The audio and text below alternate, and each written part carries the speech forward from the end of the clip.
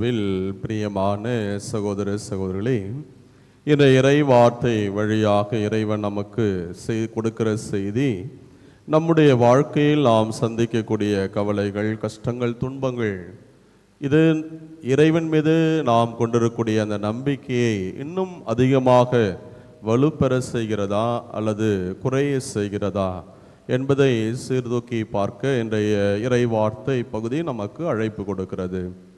அன்பார்ந்த சகோதர சகோதரிகளே, பங்கு தந்தையாக பொறுப்பேற்ற இந்த நாட்களிலும் சரி அல்லது மற்ற பங்குகளிலே பணியாற்றிய போது அடிக்கடி இறைமக்கள் அருள் தந்தையர்களை சந்திப்பது வழக்கம். அவ்வப்போது அவருடைய வாழ்வில் பட்ட வேதனைகள், கஷ்டங்களை எல்லாம் தந்தையர்களோடு பகிர்ந்து கொள்வார்கள். அப்படி என்னோடு பகிர்ந்து கொண்ட நிறைய பேர் சொன்னக்கூடிய வார்த்தை, பலவிதமான சூழல்கள் நாம் அந்த வாழ்க்கையை கேட்கிற போதே நமக்கே ஒரு ஆதங்கம்.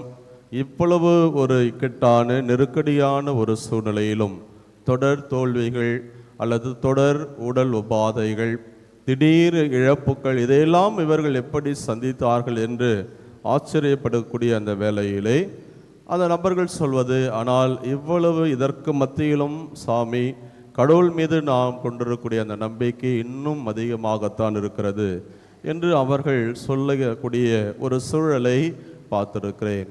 அதே போல மறுபுறம் ஒரு சில நபர்களை சந்திக்கிற போது, இவ்வளவு தொடர் வேதனைகள், துன்பங்களை நான் சந்தித்திருக்கிறேன், கடவுள் நிச்சயமாக இருக்காரா ஃபாதர்? எனக்கு அதனால் கடவுள் மேலே ரொம்ப கோபம். எனவே நான் இந்த ஆலயம், இந்த பணிகள், என்னுடைய ஆன்மீக காரியங்களில் எல்லாம் ஒரு சில நம்பிக்கையை நான் இழந்தவனாக இருக்கிறேன். கடவுள் ஏன் எனக்கு இவ்வாறு செய்தார் என்ற ஒரு கேள்விகளை எழுப்பக்கூடிய மனிதர்களையும் நான் பார்த்திருக்கிறேன். வந்து சகோதர சகோதரர்களே, இன்றைய இறை வார்த்தை பகுதி நற்செய்தி ஒரு விதமான மனிதர்களுக்கும், முதல் வாசகம் வேறொரு விதமான மனிதர்களுக்கும் மிக சிறப்பான ஒரு எடுத்துக்காட்டாக இருக்கிறது. முதல் வாசகத்திலே மன்னன் செதேக்கியாவை பற்றி பார்க்கிற வேளையில், கடவுள் மீது நம்பிக்கை இல்லாத ஒரு தன்மையினால் அவனுடைய வம்சம் இவ்வாறு அழிந்து போகிறது. அவன் கண் பிடுங்கப்பட்டு அவனுடைய மகன், பிள்ளைகள் எல்லாருமே அங்கே இறந்து போகிற ஒரு சூழல். காரணம், இறைவன் மீது அவன் நம்பிக்கை இல்லாத ஒரு தன்மை. ஆனால் நற்செய்திக்கு வருகிற வேளையில் இயேசு அந்த மலைப்பொழிவை முடித்துவிட்டு இறங்கி வருகிறார். தொடர்ந்து இந்த நாட்களிலே மலைப்பொழிவு பிரசங்கம், அதை தொடர்ந்து வரக்கூடிய நிகழ்வுகளைத்தான் நற்செய்தியிலே, மத்தேயு நற்செய்தியிலே நாம் வாசித்து கொண்டிருக்கிறோம். அப்போது ஒரு தொழுநோயாளர் இயேசுவை சந்திக்கிறார்.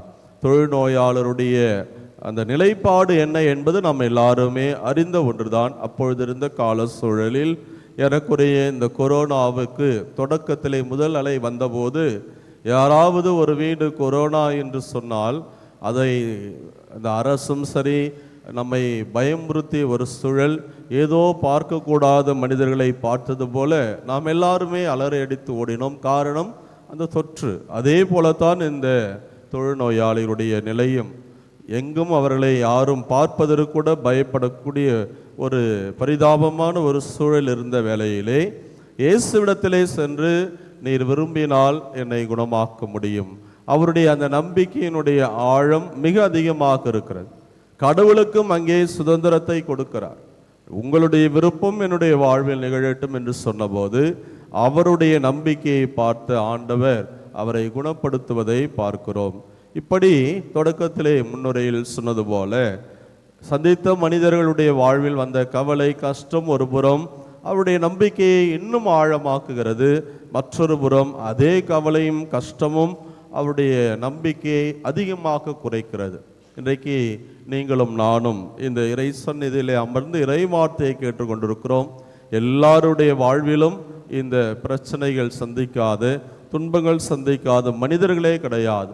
ஆனால் அப்படிப்பட்ட அந்த சூழ்நிலையில் நாம் யாரை போல வாழ்ந்து கொண்டிருக்கிறோம்? நம்முடைய நம்பிக்கை ஆழப்படுகிறதா அல்லது குறைகிறதா? சிந்தித்து பார்ப்போம். எல்லா சூழ்நிலையும் உன் நம்பிக்கை உன்னை நலமாக்கும் என்ற ஆண்டவருடைய வார்த்தையை நாம் இன்னும் ஆழமாக பற்றி கொண்டு, எவ்வளவு நெருக்கடிகள் வந்தாலும், யோபுவை போல பல சூழல்களிலே நாம் எல்லா நிலையிலும் தரமட்டமாக்கப்பட்டாலும் ஆண்டவரை நாம் மிருக பற்றி கொள்வோம்.